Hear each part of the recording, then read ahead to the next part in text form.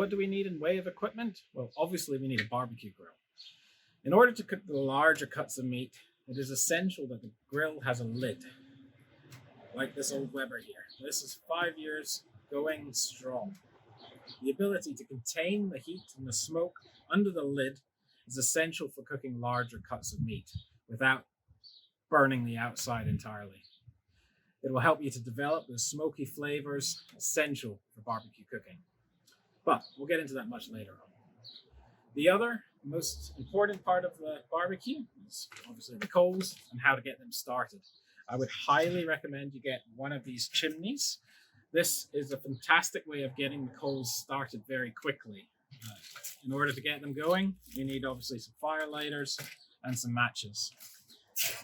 So what you do is you pile up your coals inside this chimney, put a few fire lighters underneath, light them with a match, and leave them. Leave them for 10-15 minutes, and those coals will be glowing red hot before you know it. In terms of size of barbecue, this Weber is great for cooking, small quantities of food, or for 4 or 5 people, easily done. But really, for cooking for larger quantities of people, you really need a barbecue this size. So for this course, I'll be using this barbecue Weber, and I'll show you how to cook a variety of food on this one part. So other bits of equipment you need yourself. Fire lighters, I just go with the quickest and easiest ones to get the coals going the fastest. So I just use these non-natural ones.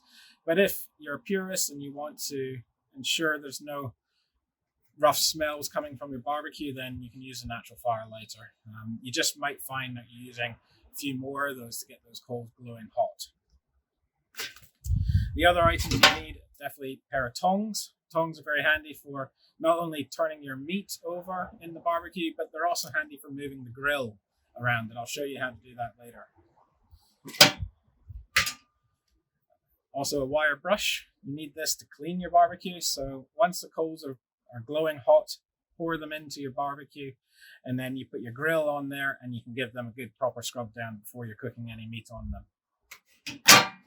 You also need a brush. This is for putting oil onto the grill so the meat doesn't stick to the grill. And last but not least, a glove, very handy for helping to pour the coals into the barbecue, just so you don't burn yourself. Okay, so let's go and look at the barbecue in more detail next.